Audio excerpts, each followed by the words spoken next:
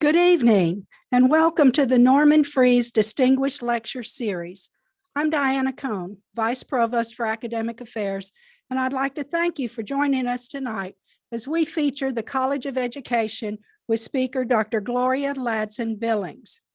I'm always pleased with the caliber of great speakers and the variety of topics that this lecture series brings to Georgia Southern University. Dr. Ladson-Billings, thank you for accepting our invitation to join us this evening. Before we go any further, please allow me to express my sincere gratitude to the family of the late Norman Fries, the gentleman for which this lecture series is named. As you may know, Mr. Fries began his career at a very young age, served our country in World War II, and through his entrepreneurial spirit and strong work ethic, grew his business, Claxton Poultry, into the strong family-led company that it is today. In addition to building his own company, he was a leader in the poultry production industry in Georgia and in the United States, and had a strong influence in international markets. Mrs. Doris Fries, Norman's wife, graciously joins us every year with family, friends, and employees to carry forward his legacy. Mrs. Fries, thank you for supporting us this evening and for your continued support of this endowed lecture series and of Georgia Southern University. Although very unusual circumstances have led to us presenting this event in a virtual environment, please know how much we appreciate you and the Fries family. Planning a virtual event is every bit as time and labor intensive as planning for one in the lecture hall. So please allow me to commend the College of Education leadership and administrative teams, Mr. Art Berger, Director of Multimedia Services, and his teams, and Mr. Jeremiah Womble and the members of the Georgia Southern IT Services support team for adding their expertise to this evening's lecture. And at this time, I'm happy to welcome Dr. Amy Heaston, Interim Dean of the College of Education, to introduce our speaker this evening.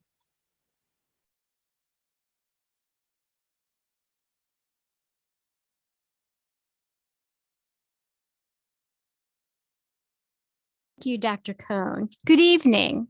Before I introduce this evening's speaker, I have a bit of housekeeping that I need to do. For attendees who need attendance verification, a link will be shared at the conclusion of this evening's lecture. It will take you to a short survey.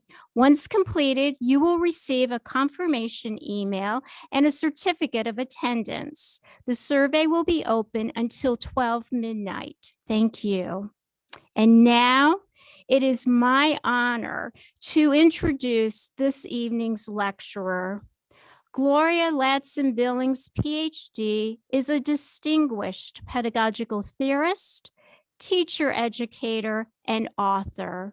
She is the president of the National Academy of Education and the former Kellner Family Distinguished Professor of Urban Education at the University of Wisconsin-Madison. Dr. Ladson-Billings is the author of several critically acclaimed books, to include The Dream Keepers, Successful Teachers of African American Children, and Crossing Over to Canaan, The Journey of New Teachers in Diverse Classrooms. Her awards are numerous. Here's just a sampling of what she has achieved.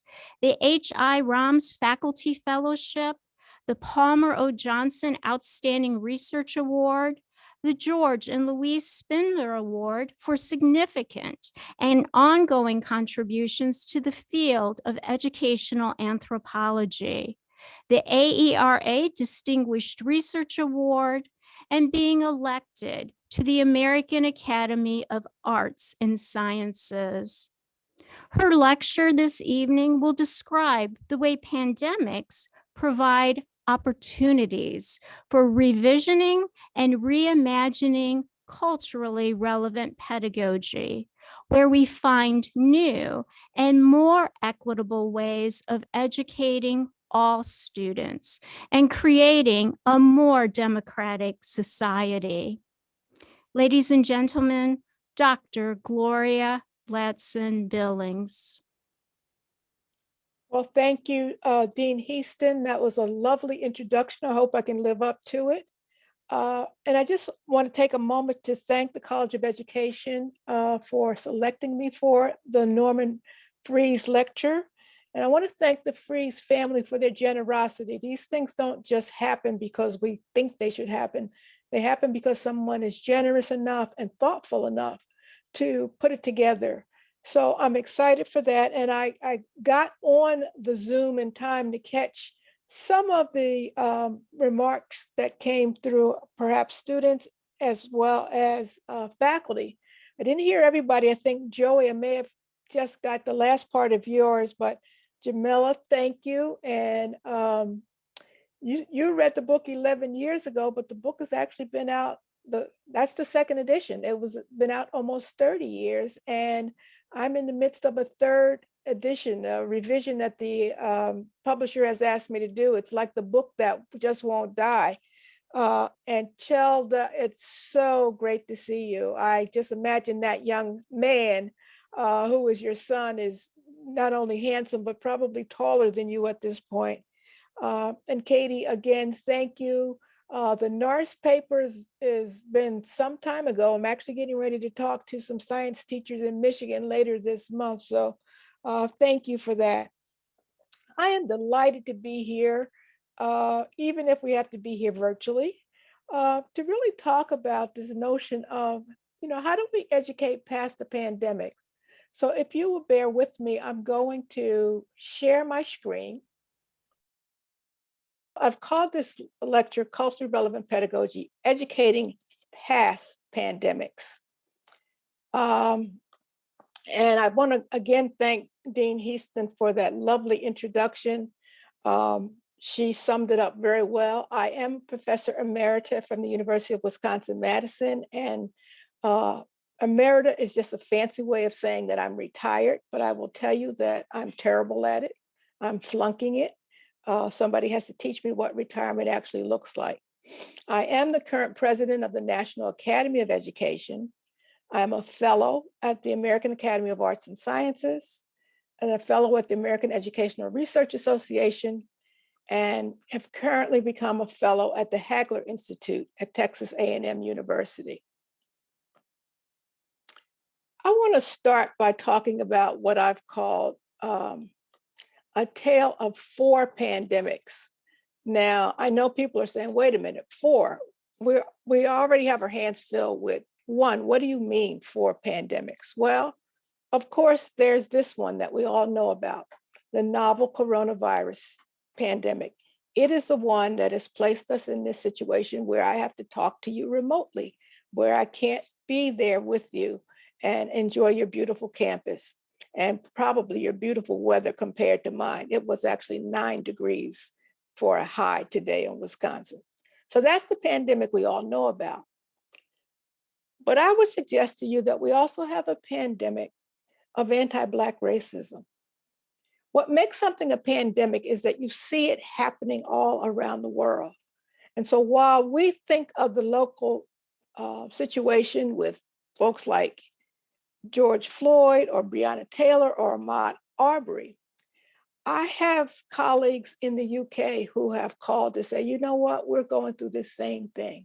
I have colleagues in France who have sent me emails saying, we got this same situation here in France. I have colleagues in Canada who says, hey, it's really not that different. So it is pandemic. So those are 2 that most people would probably nod their heads and say, yes, we know what you're talking about. But I want to suggest that we have a 3rd pandemic that is looming, and that is the coming economic collapse. It's really a pandemic that is trailing the coronavirus. It has forced people out of their jobs. There are people who are waiting to be evicted from their apartments or live in homes that will be foreclosed on. 800,000 women have left the workforce. And so much so that in some circles, economists are calling this not a recession, but a she-cession, because so many women are impacted by it, having to stay home with kids or having jobs that they were let go of. And then the fourth one, a lot of times we don't like to talk about, but it is environmental catastrophe. This summer, if you paid any attention to what happened on the West Coast, then you know that they were ravaged by fires. All of my grandchildren live in California. And when I've talked to them, they said, "Oh, Grandma, you have no idea how bad it is. I mean, we can't even be outside that long because the quality of the air is so horrible." And similarly, for folks who live in the Gulf Coast, there have been more storms, more intense storms. And in fact, we've gone through the regular alphabet and went into the Greek alphabet this year, all the way to iota.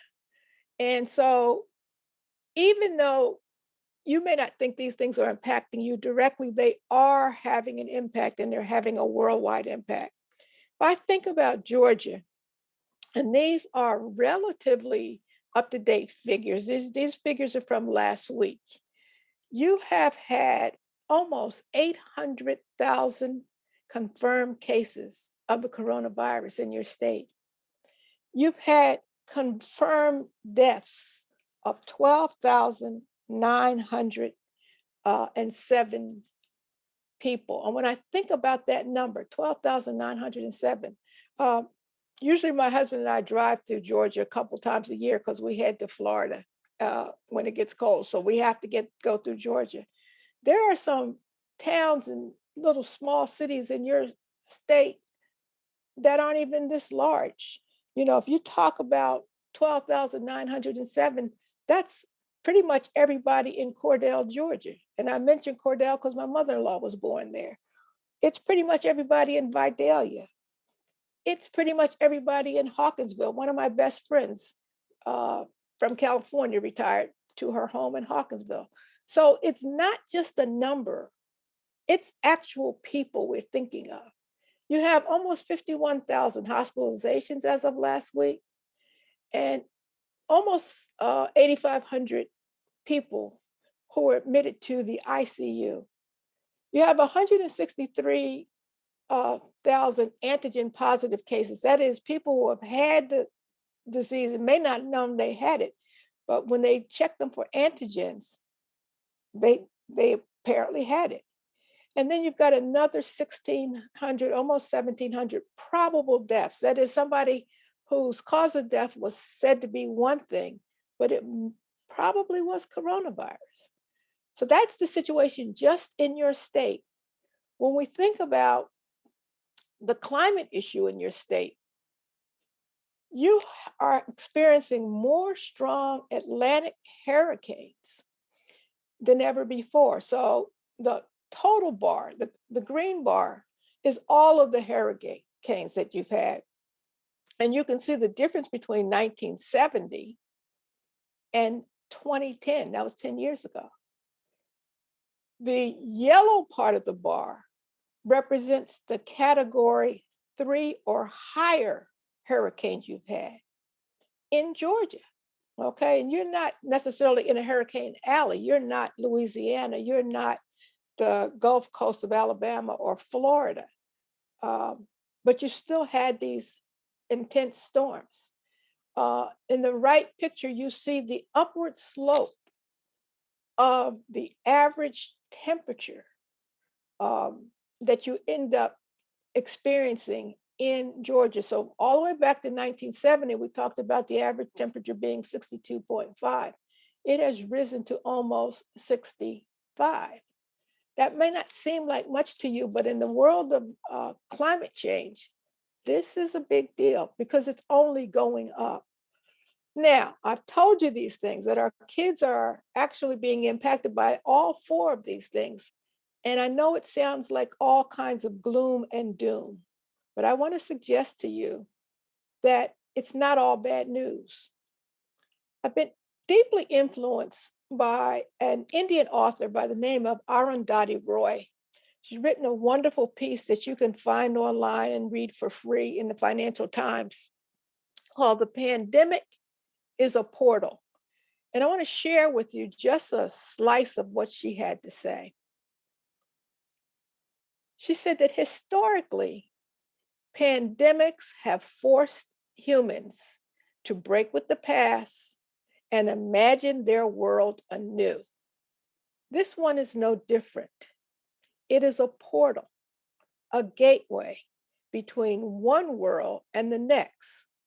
And we can choose to walk through it, dragging the carcasses of our prejudice and hatred, our avarice, our data banks and dead ideas, our dead rivers and smoky skies behind us, or, and that's the operative word here, or we can walk through lightly with little luggage, ready to imagine another world and ready to fight for it.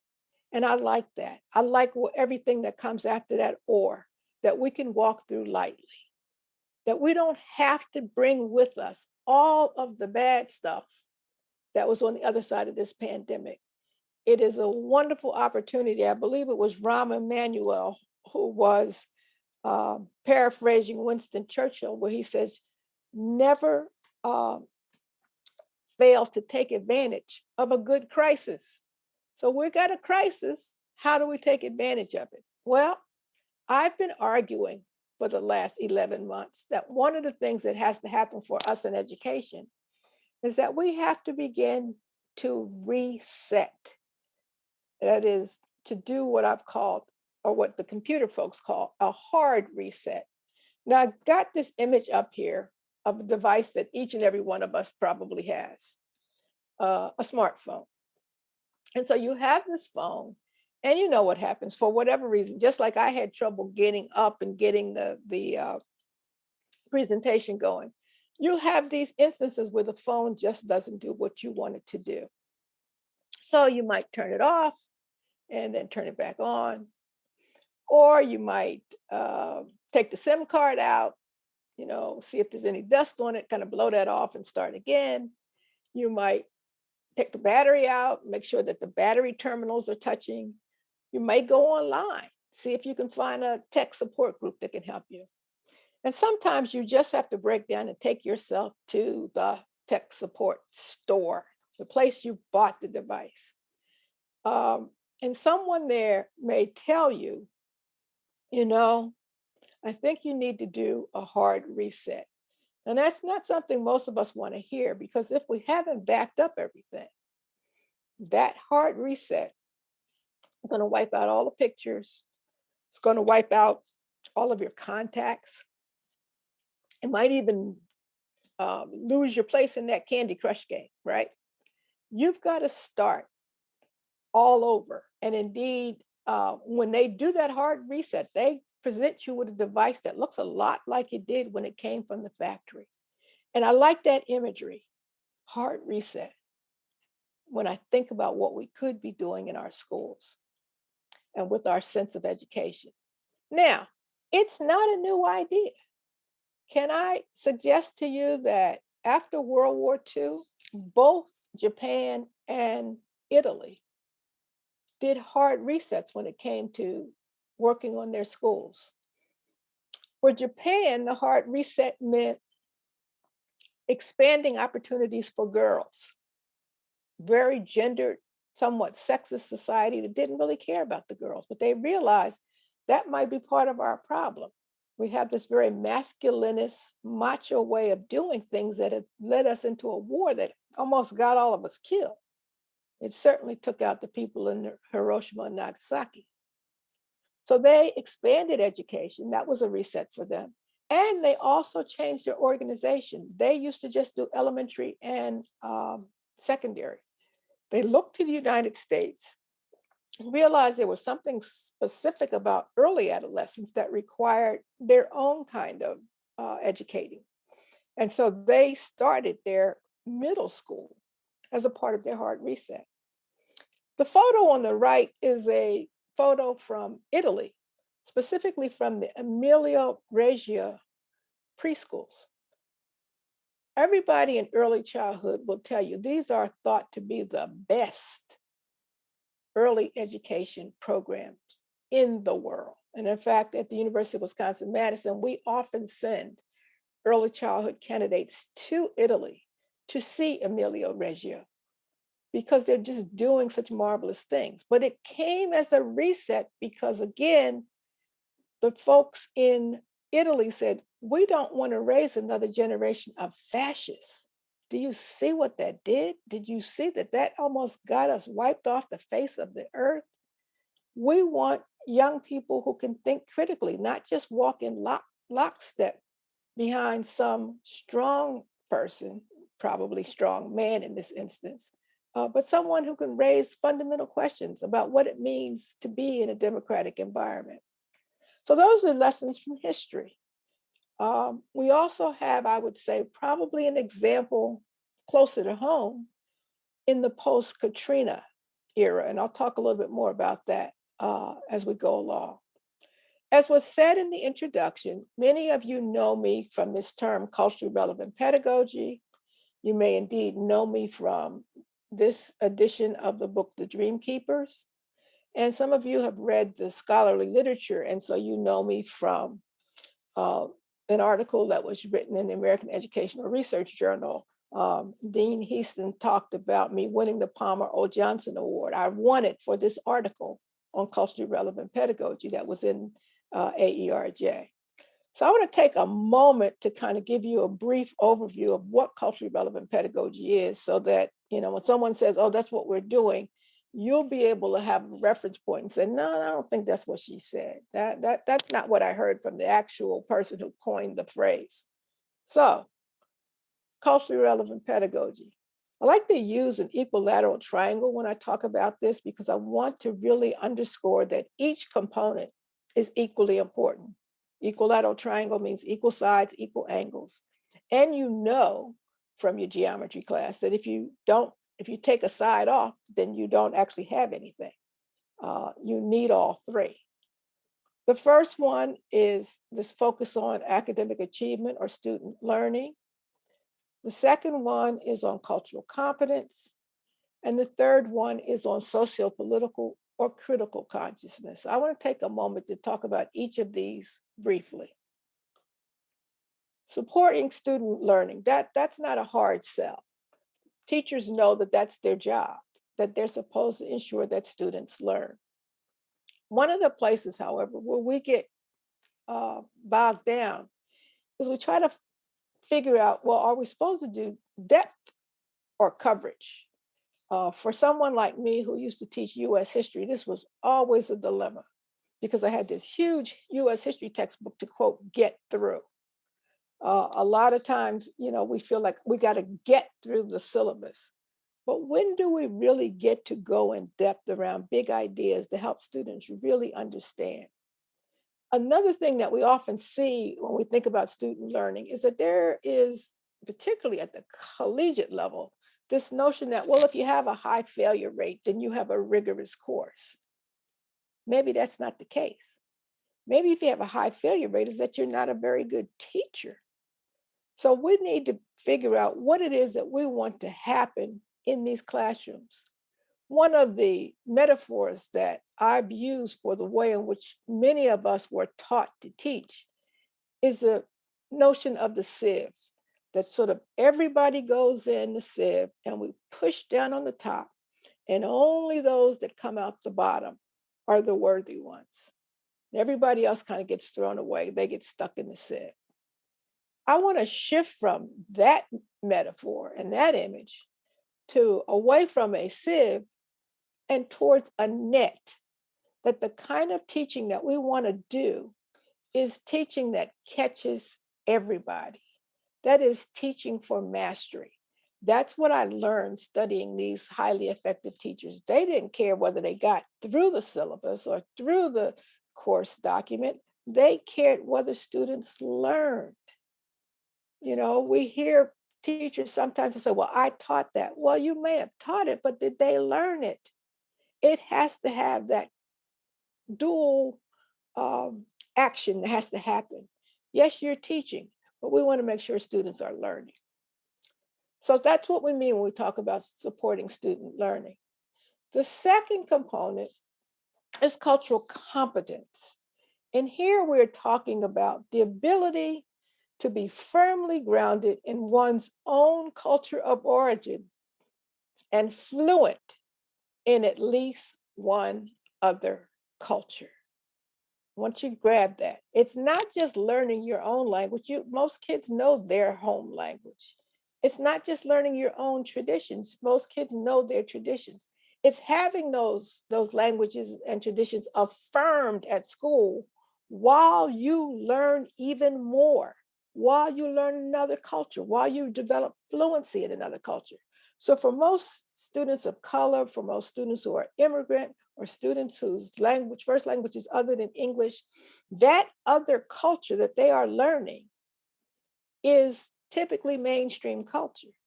But I want to be clear, this component does not leave white middle-class students off the hook. They too need to become fluent in at least one other culture. Why? Because they are going to be the most globally interconnected group of American citizens the world has ever seen. They're not just going to deal with the people in their community and in their neighborhood.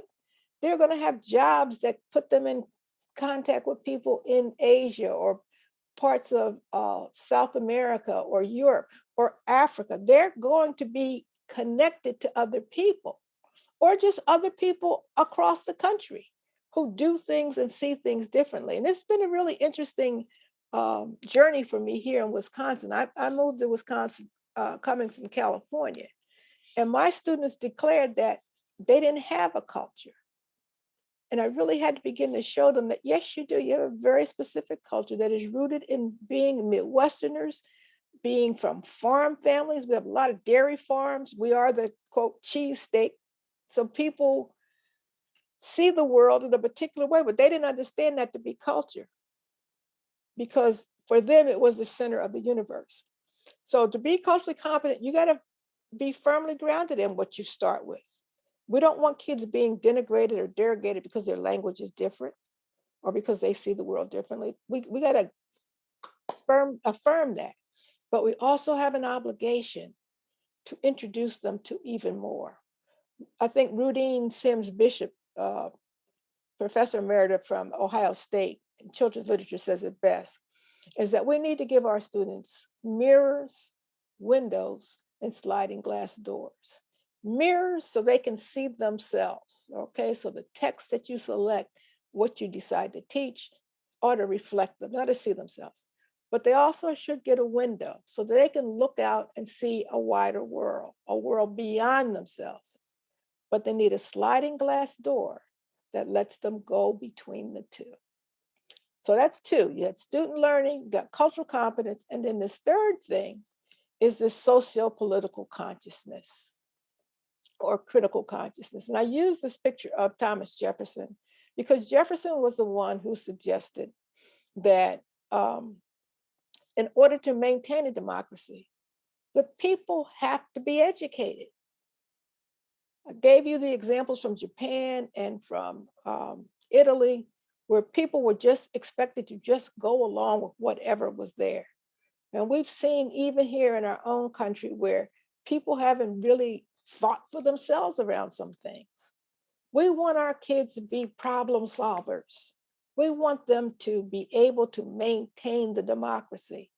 And so they have to have those experiences with that problem solving in school. They need practice. We can't just take them through 12, 13 years of from kindergarten through 12th grade and then just thrust them in the world and say, hey, solve problems. They've got to be able to have opportunities to solve them as students. Well, I believe it was Jamila who said she read the book 11 years ago. And then I said the book has been out for over 30 years. I did the research back in the late 80s and early 90s. It's changed. We have an evolution of culturally relevant pedagogy. If we were face to face, I'd ask you this question. That is, how many of you are on Twitter? Maybe now I would probably say how many of you are on Instagram, because that's a world that our students live in. And it turns out that many of us, think, oh no, I don't want to be involved in any of that. Well, We just seen Twitter. Twitter has big influence. We need to know what kids are thinking and saying and doing. And unfortunately, I go into many schools where I see signs like this, no cell phones, no cell phones, no cell phones. I really want to scream that, what the kids have access to is not a cell phone, it's a computer. These devices have more computing power than anything I ever had in graduate school. And if you actually check their usage, they're not making that many calls. They are posting on their social media pages. They are looking up information. They're Googling stuff. They are texting. They're doing all kinds of things with these devices. But we want them left out of the classroom. And I will tell you, when I ask teachers, why don't you let the kids use their cell phones? They will say things like, oh, because they're a distraction. Well, can I tell you that everything for a 13-year-old is a distraction? I've been to single gender schools, and when I said, well, why did you decide to go single gender instead of co-ed? Oh, well, girls would be a distraction. Let me be clear. Put a 13-year-old in a classroom where there is a window, and looking out that window will be the distraction. So I really want to suggest to you that we want to help our kids use these devices in the service of their education. We are now into what I would call the new digital divide, where before we used to talk about, people not having, that the digital divide exists between the rich and the poor, Black and white. No, I think the digital divide is a generational one. It's between the young and the old, and we need to catch up. In 1989, when I was studying these people I call the dream keepers, what I saw is that they did those teachers focused on cultural history. They looked, for example, at those things that their textbooks omitted. They also focused on community issues, things like urban renewal or veterans concerns and homelessness. The veterans concerns came because of where this particular school was located, near VA hospital. There was a limited focus on student culture. I had one teacher who used rap lyrics to teach poetry. But today's dream keepers are going to have to tap into the culture of the students. They will need to include popular culture into their understanding of culture. They will need to recognize hip hop's longevity and power. Now, I know I'm starting to lose some folks, but I'm going to tell you that I can remember 40 years ago when hip hop hit the scene and all I heard was, oh, this stuff ain't going to last. Well, we're 40 years into not lasting. I actually teach a course on hip hop and education. First question I ask students is, who introduced you to hip hop?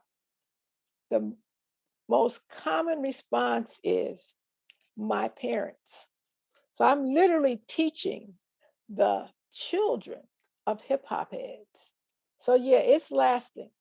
And one of the things we need to do as educators is to catch up with Madison Avenue. So let me give you an example of what Madison Avenue, this is going to be a 1992 commercial.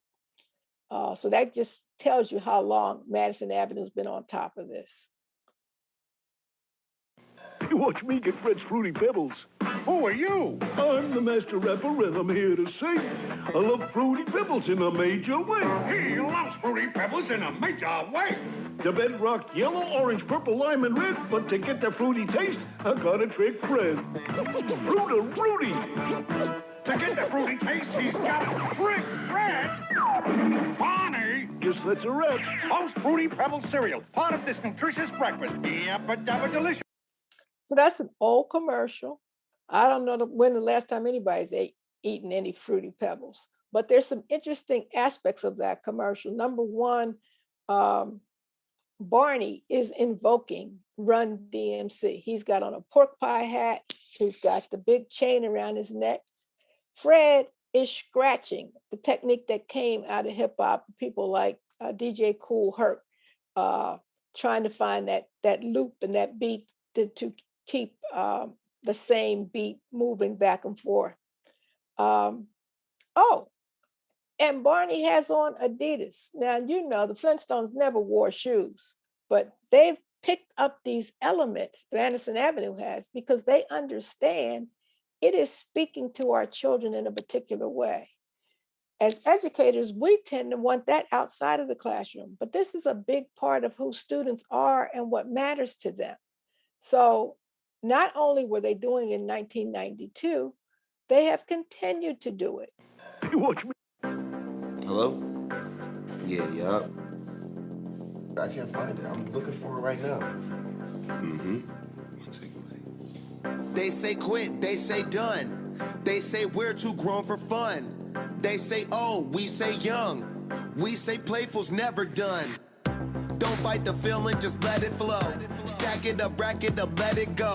Laughter is calling, pick up the phone. Let's stay playful, Oreo. Everyone's welcome, don't need a label. If we're still smiling, the future's bueno. I got a secret the world should know. Let's stay playful, Oreo. Hello? Psych. And when you do, every day's full. For every moment, we're grateful. No half, our glass all the way full. Yeah, yup, stay playful.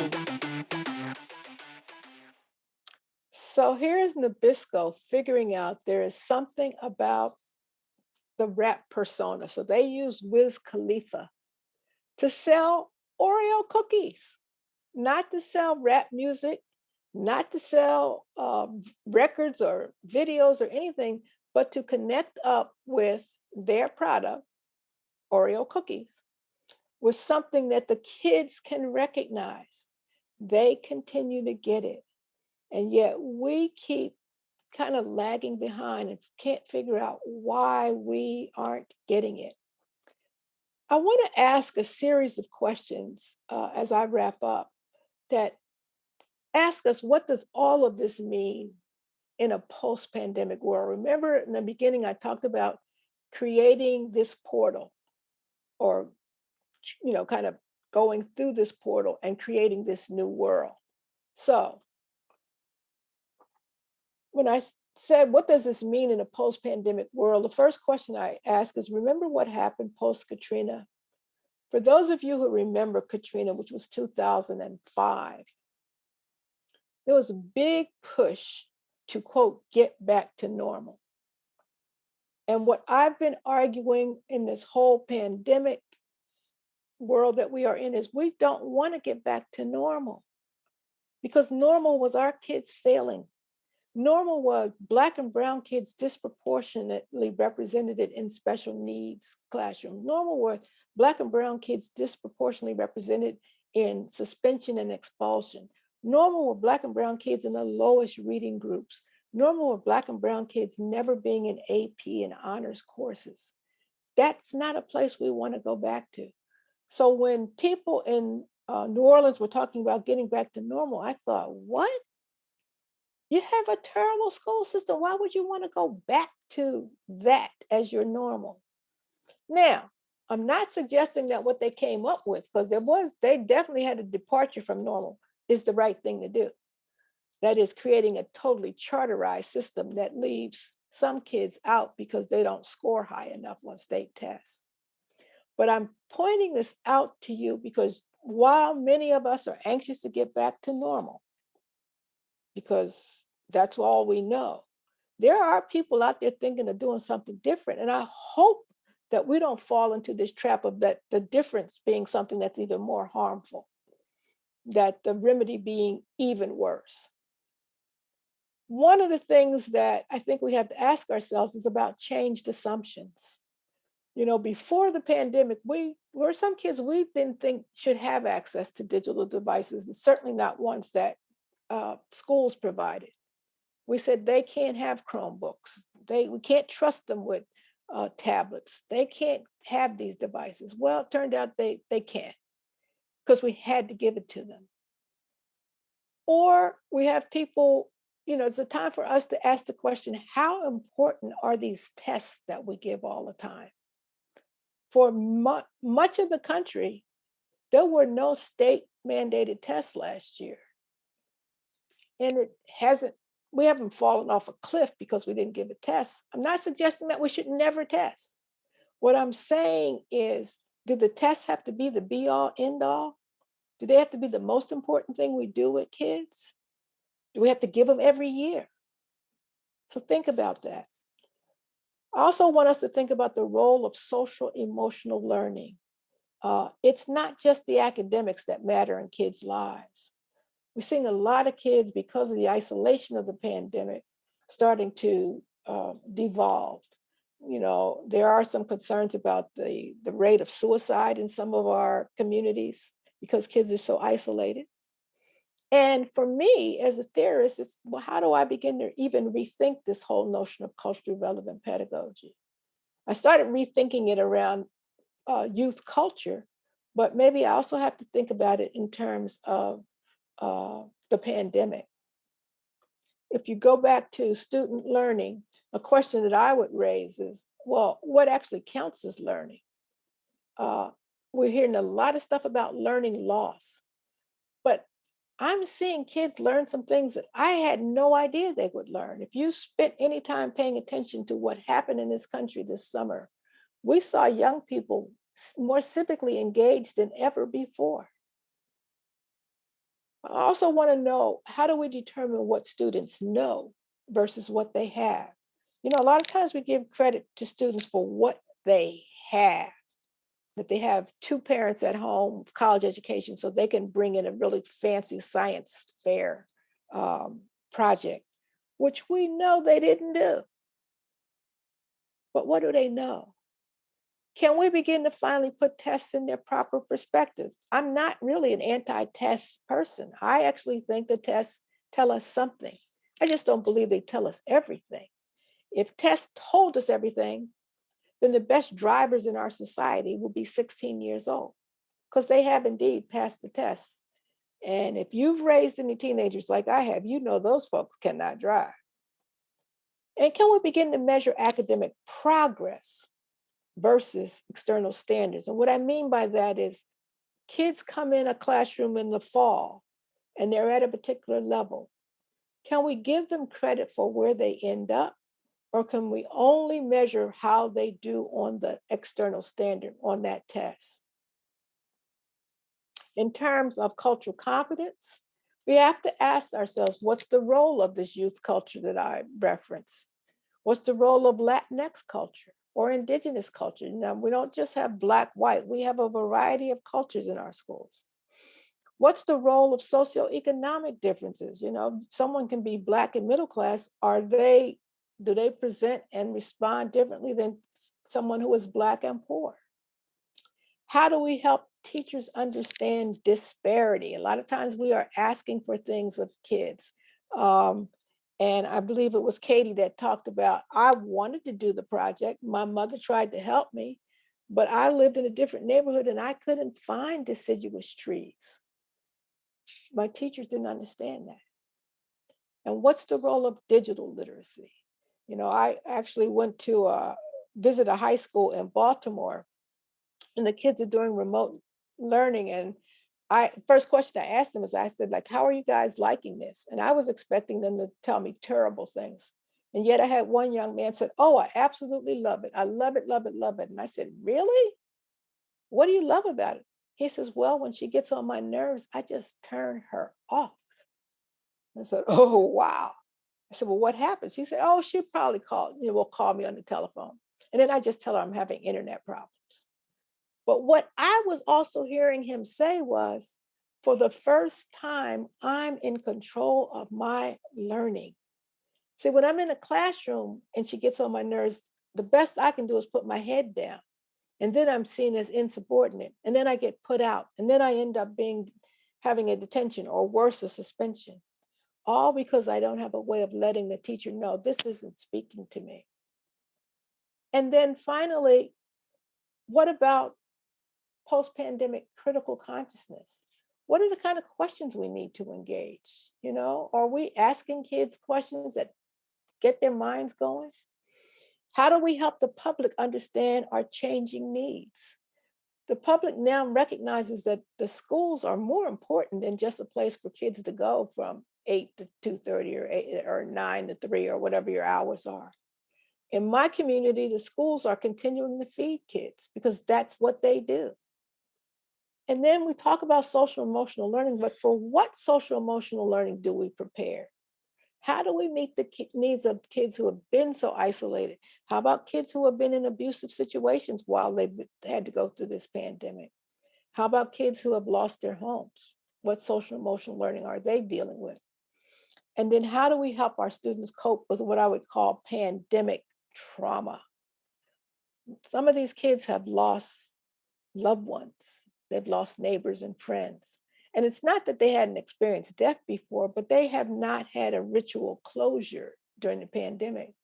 A funeral with 7 people, or as we say in the African American community, a homegoing with 7 people is not a homegoing. We need that ability to grieve. We need the opportunity to come together as family, and we haven't been able to do that. One of the things I think that the pandemic has done, however, is that it has exposed some weaknesses in the academy too. So it's not just K-12 education. Our faculty face limitations with virtual and remote teaching and learning. You know, people say, oh, I can't stand this remote learning and I'm not as effective. Some of us weren't that good in person, let's face it. And now to be remote, it's even worse. We're also learning that IT departments are underutilized as instructional partners. That's both in PK-12 and in the academy. They're just those people over there that you call when your internet goes out or when your email isn't working. But they are going to have to move to the center of teaching and learning because much of our stuff is going to be in digital platforms. We know that BIPOC or Black, Indigenous people of color students have had limited resources and access. It's one thing to say you don't have to come to school, but if you don't have high-speed internet with enough bandwidth, you can't keep up. We also know, for example, that Black faculty have been paying what we call a Black tax, that they have been able to do their work because they have to do all of this advising and counseling. We also know that schools have had an unsustainable financial model and that we've had an overdependence on athletics, with Black students playing an important role in what we call the revenue enhancing sports. So the pandemic has shown us these things.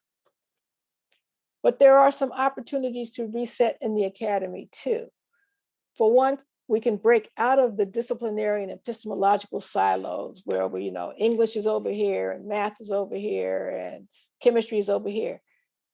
Fields like environmental studies or human biology or bioethics cut across these disciplines. And that's really what we have an opportunity to do more of that. We can begin to cross some institutional boundaries from the campus and the community. We can begin to rethink our funding models. I asked the question what our international peers do. I've done a lot of work in Sweden. They don't even have a term in their language for tuition because they don't charge it. They believe if students are capable of doing college work, then the state ought to make sure that they get to school. We need to rethink the reward systems that we have, the faculty service that we do, and the advising, as well as the quote, diversity work. And in that vein, we have to rethink the place of diversity in the academy. Is your chief diversity officer a person that has a direct line reporting to the institutional head? Or do they have to go through all these different levels to get an answer or to do a program or to deliver a service? And then finally, we have to rethink the instructional delivery systems. Does it have to be face-to-face? Or can we do a better job in our online and perhaps hybrid platforms? Because of the time, I'm not going to show you this video, but this has been my guilty pleasure during the pandemic. This set of twins who react to various kinds of music. I put them here because they represent for me the crossing of institutional boundaries that are both campus and community. And then I also think we have to think about the rhetoric of the so-called dangerous anti-racism. Last summer, 2 summers ago, actually, 2019, the New York Times published something called the 1619 Project, which examined the legacy of slavery in the building of the nation. You guys are in Georgia. You're not that far from the Sea Islands, where you're probably going to have some of the purest strains of African culture that exist on this side of the world. And there's an important contribution that enslaved Africans really gave to the US. While some people have talked about it, this work is anti-American, anti-patriotic, and that it, quote, represents a reversal. I think 1619 Project was an attempt to be a corrective. A lot of time with my students, I'll ask them the question of, when did your family first arrive? Most of my students who are of German and Scandinavian ancestry, some of them are Irish, some of them are from Eastern Europe, their heritage. They all come in that great migration between the late 1800s, like 1898 to 1910. My family traces its heritage before 1848. That's because in 1848, the European slave trade in Africa was stopped. We still had slavery in the US, but most of the Black people who are here of African-American descent trace their lineage before 1848. So who actually has been here? Who's the American? How can we be anti-American when we are everything that America sought to build?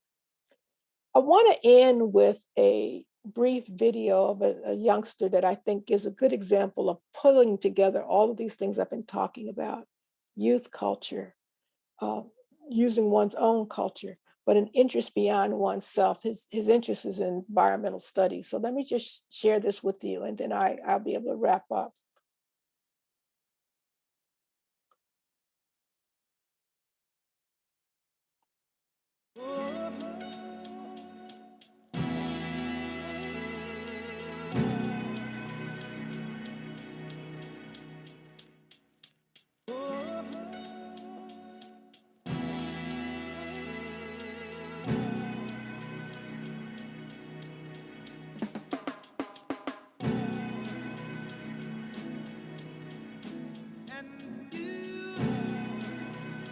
Neighborhoods are ovens with windows.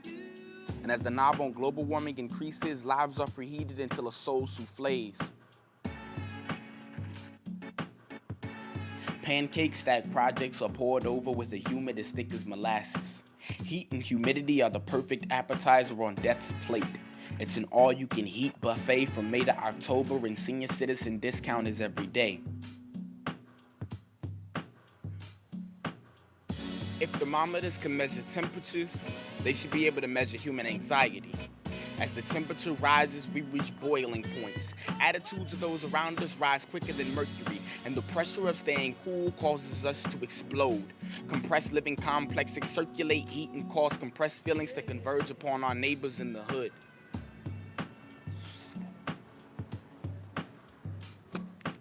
So that 90% release of excess body heat talked about in science class is contributed to our local temperature rising. We crack open fire hydrants until we hear lights crying, raising taxes by lowering our body temperature.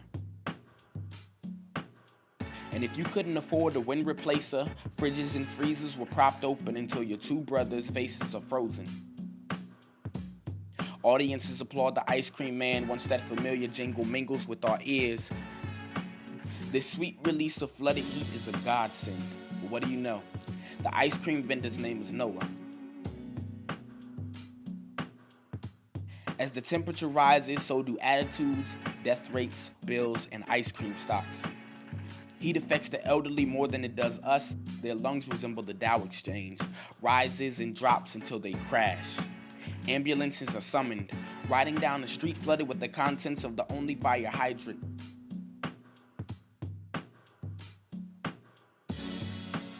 And we have only just begun to fry.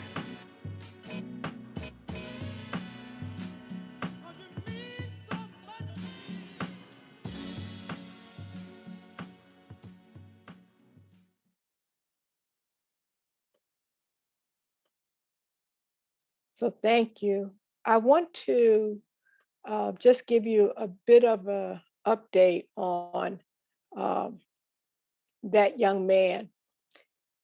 You saw a video of him when he was 18. He is now 27.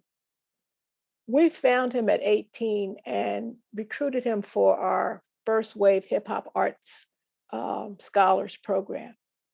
He is now a climatologist. He got a degree in environmental studies. So he was able to take those things that he cared most about. He loved to do spoken word, but he was interested in the environment. We were able to pull those together. Many of you watched the inauguration. You saw a young lady by the name of Amanda Gorman be the youngest poet to do a poem for the inauguration. 4 years ago, 2017, Amanda was one of the finalists for the U.S. National Youth Poet Laureate, and I was on the judging team of three of us who get to pick the poet laureate, and we picked her. Now, we didn't know in 2017, oh, she's going to end up on the big stage of the inauguration. And last night, I think she was at the Super Bowl.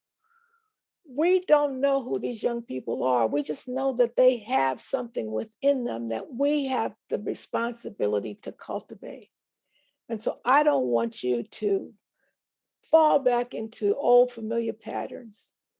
This pandemic is giving us an opportunity to do something different. And I hope you will move forward with just doing that different thing. So thank you so much. I hope I haven't run out of time. I just want to make sure that there's a chance for me to answer some questions that you might have. No, this was perfect. Thank you so much, Dr. Gloria Ladson-Billings. Powerful and transformative. My name is Mika Williams-Johnson.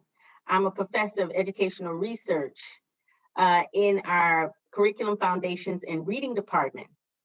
And it is an honor to meet you and to serve as the moderator for one of the moderators for our question and answer period.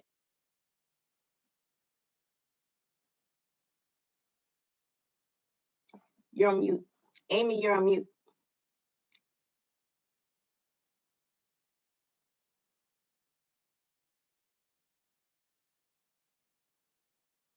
Okay, so I'm going to go ahead and go with the first question. This is from one of our undergraduate students. She writes, I'm curious to hear more about how Dr. Ladson-Billings has reframed the achievement gap into what she calls the education debt.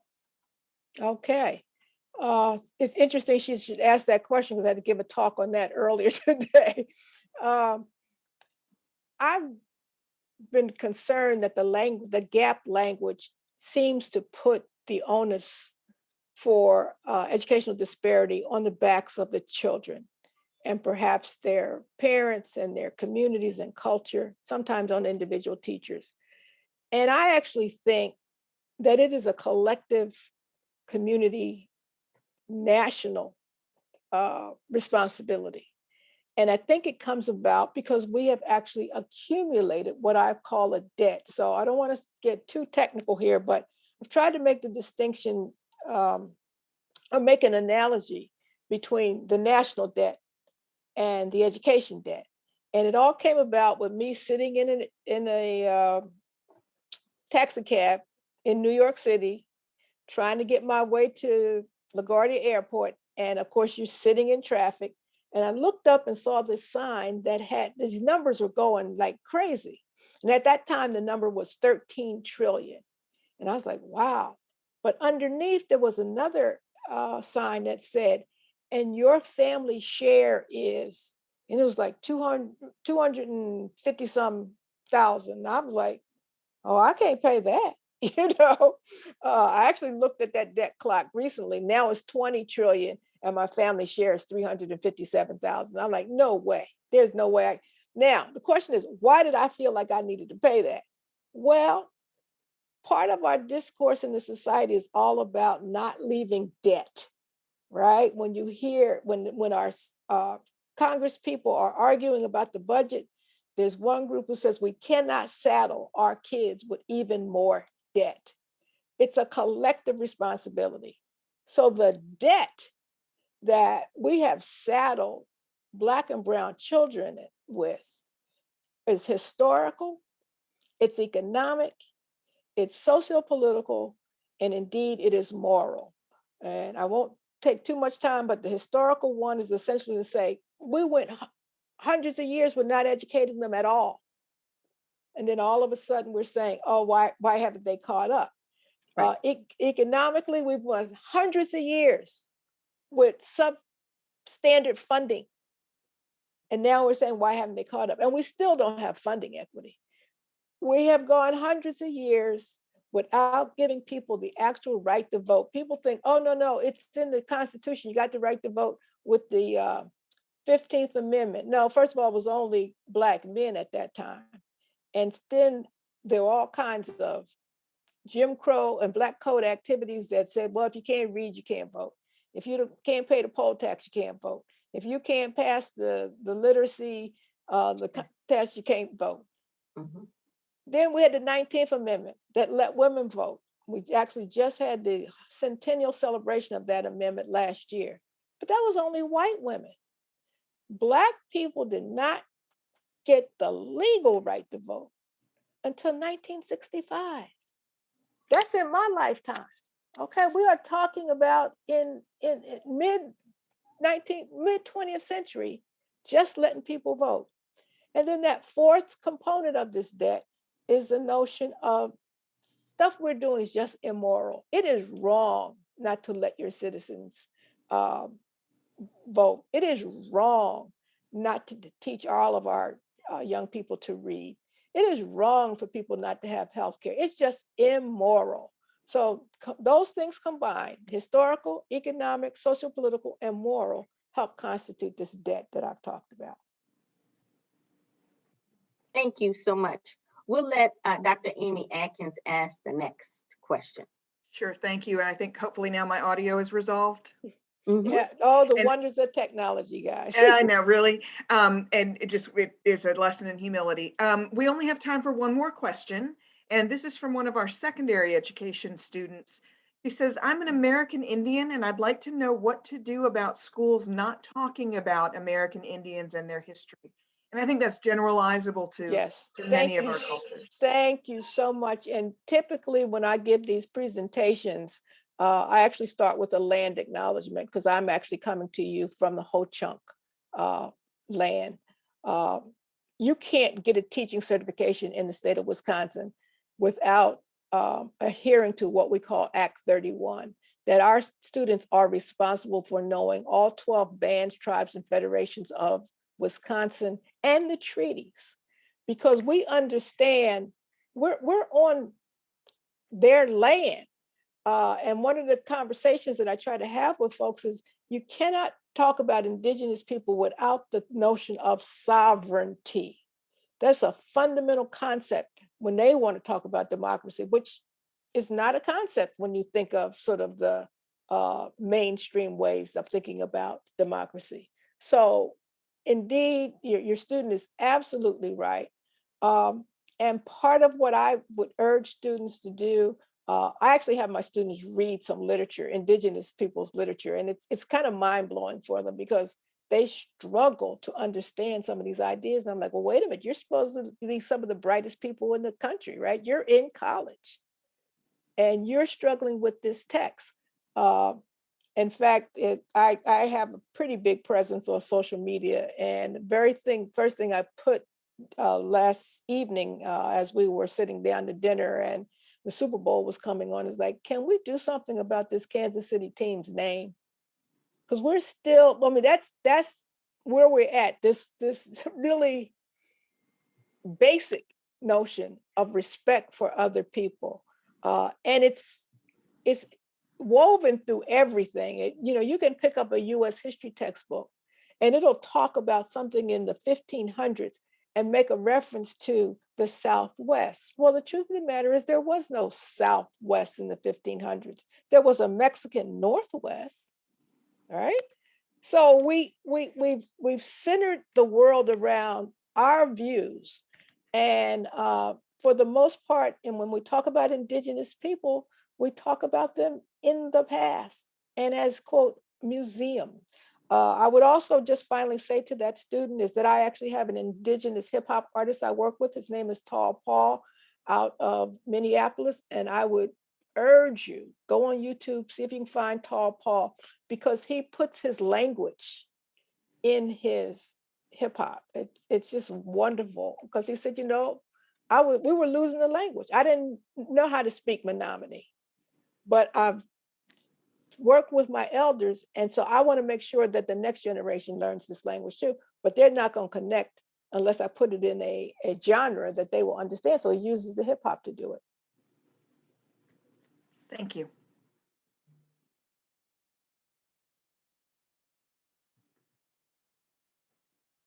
Dr. Ladson-Billings, thank you. Thank you for spending this evening with us.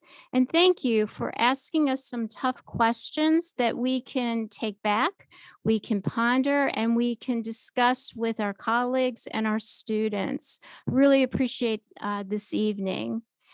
To the students who need verification of their attendance, just a reminder that we have a link to a survey. You take the survey and you will get an email confirmation as well as an attendance verification certificate. The survey will be open until 12 midnight. To everyone, have a nice evening. Thank you for joining us this evening. Thank you. Good night.